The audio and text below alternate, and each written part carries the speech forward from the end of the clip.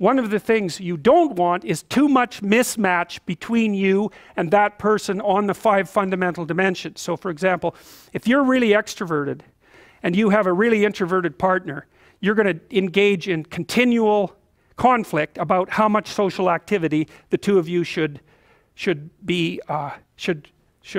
subject yourself to.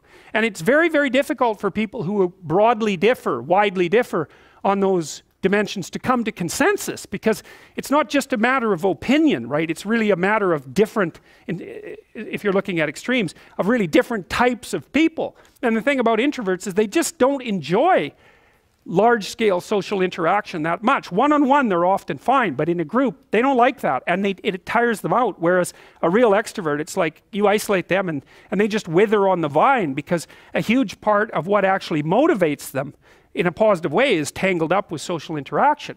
And so if you're an agreeable person and you have a particularly disagreeable partner, you're also going to run into problems, because the agreeable person will say whatever you want whenever, and the disagreeable person will say, well, I'd like to know what the hell you want for a change, and be much more harsh and much more demanding in the situation. And the agreeable person is going to find the disagreeable person harsh and unpleasant, and the disagreeable person is going to find the agreeable person wishy-washy and unable to stand up for themselves. And again, that's actually one of the primary sources of tension between men and women, because women tend to be higher in agreeableness than men. It's about half a standard deviation, which is quite a large difference by psychological standards.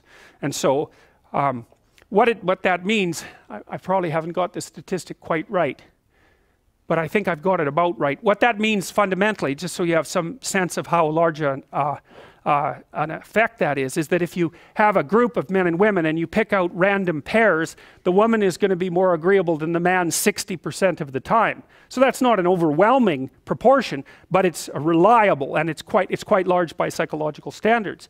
So there's the problem with agreeableness. With conscientiousness, well, if you're conscientious, you're industrious and orderly.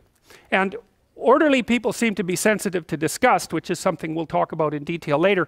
We've had a hard time specifying exactly what makes industrious people industrious, because it's hard to come up with an animal model for that sort of thing, and there's no theoretical model. But our latest idea is that, it's not my idea, it's actually the idea of my graduate student, Christine Brophy, is that industrious people find it unpleasant and unsettling to not be doing something. So it isn't so much that industriousness makes them happy or fills them with positive emotion. That would be more extroversion, right? Because extroversion is the positive emotion dimension. It's that industrious people can't stand sitting around doing nothing. And you know, this is speculation, but you know, human beings are obviously always engaged in the exchange of labor, especially the reciprocal exchange of labor. And you can imagine that in a community where everyone knows everyone, the people who work hard are going to be pretty irritated on a fairly chronic basis with the people who are completely unproductive.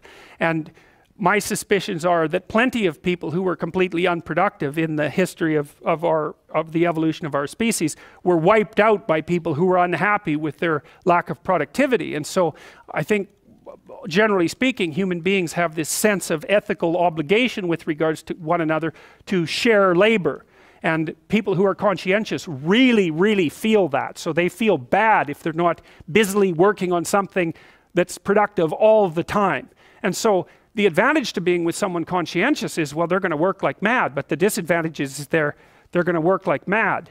So, you know, if you're looking for a partner that you want to relax with or have fun with, or who isn't uptight, then a conscientious person is probably not a very good choice.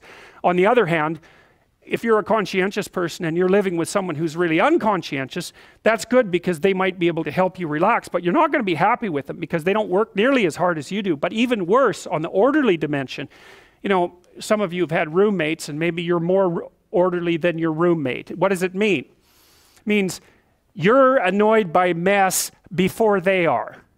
And you don't have to be annoyed by mess much before your less orderly roommate for you to be the one that's always running around picking things up. And so actually one of the things that's emerged from the psychometric analysis is that women are slightly more orderly than men. And I suspect that has something to do with the, what would you call it, inequitable distribution of housework. Because even if imagine that your proclivity is to be triggered by disorder 25 seconds before your partner's. Well, you're going to end up, it doesn't take much difference for you to be the one that's always concerned about the mess first. So anyways, and so if you're a really orderly person and you live with a disorderly person, well, good luck getting along with them. They're going to regard you as like uptight and over concerned with details and unwilling to relax, that's for sure. And they're going to regard you as, well, just a bloody mess. And how can anyone possibly live with someone like you? And so another reason why it's useful to understand your personality is because I think it gives you a better crack at finding someone that you can actually live with over the long run. And we don't know what the optimal, I don't think you want to live with someone who's exactly like you, because then both of you have the same strengths and weaknesses, and there's a bit of a problem there, right? Because maybe an agreeable person can use a bit of a disagreeable person around them to balance each other out, and vice versa, right? So we don't understand the optimal balance for long-term thriving in a relationship, but I think we do understand the fact that if you're too different in your traits, that where you're different is going to constitute a chronic source of conflict.